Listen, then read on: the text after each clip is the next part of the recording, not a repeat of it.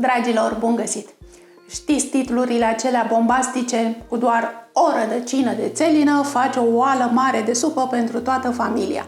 Ei bine, cam așa o să facem noi astăzi. Nu cu o țelină, cu vreo două, pentru că avem nevoie de 1 kg de țelină. Mai punem și alte ingrediente, dar nesemnificative, sigur le aveți în casă. Și o să vă dau și două alternative prin care puteți face supa aceasta de țelină mai cremoasă și mai bogată. E o supă de post simplă și ușoară, așa cum ar trebui să fie toate mâncărurile de post. Haideți să începem rețeta! Acestea sunt ingredientele pe care le-am folosit eu, cam pentru 6 porții și se mai pot adapta după preferințe.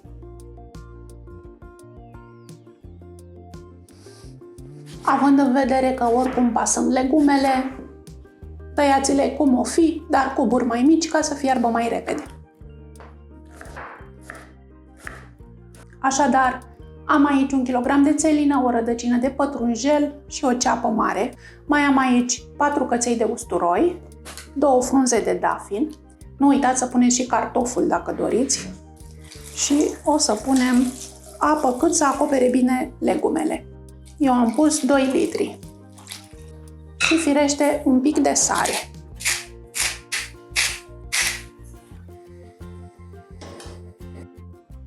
Punem legumele la fiert.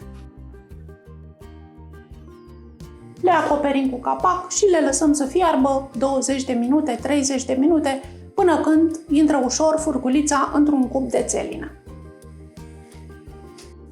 Cu toate că țelina, așa cum o știm, este o rădăcinoasă foarte valoroasă, plină de nutrienți și pe care firește că e bine să o includem în alimentație, totuși, dintr-o țelină nu prea are ce mare supă să iasă. Și de aceea, ca să o facem mai bogată și mai gustoasă și mai cremoasă, avem două variante. 1. Știți smântâna de caju pe care v-am arătat-o într-un videoclip anterior? Ei bine, adăugăm smântână de caju așa cum am face dacă n-ar fi post. Desigur, dacă nu țineți post, puteți să adăugați smântână de gătit sau la final o smântână fermentată, dar mai grasă, ca să nu se brânzească. Noi, cei care ținem post, fie adăugăm smântâna de caju, fie, mai simplu, mai natural și mai ieftin, punem cartofi la fiert. Un cartof, 2 cartofi, amidonul din cartofii fierți va îngroșa supa, îi va da consistență și cremozitate.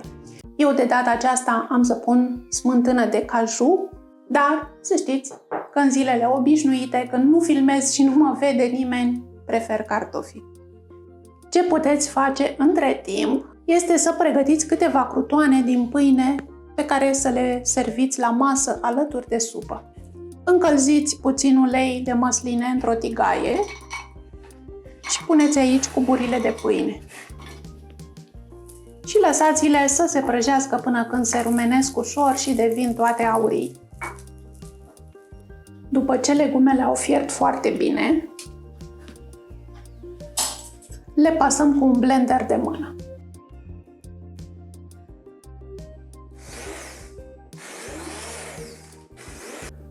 Nu faceți ca mine, nu uitați să îndepărtați frunzele de dafin.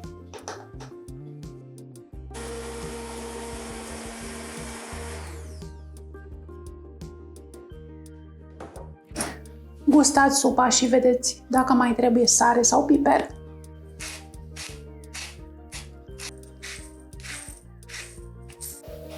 Eu mai pun și puțin suc de lămâie de obicei, ca să reglez aciditatea. Tot acum pun un pic de ulei de măsline, foarte puțin, și tot acum pun și smântâna de caju.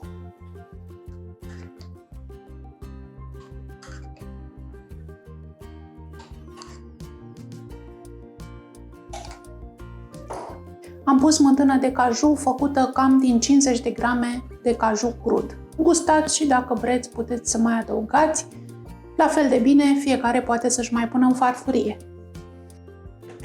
Și acum mixez din nou ca să omogenizez supa.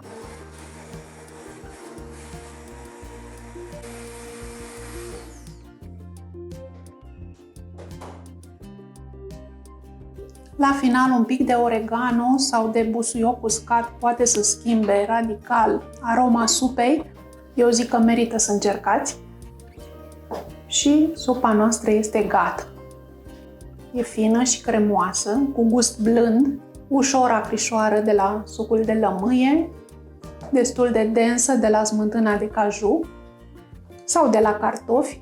Serviți supa cu puțin ulei de măsline, fulgi de chili dacă mâncați picant, pătrunjel și câteva crutoane. Poftă bună!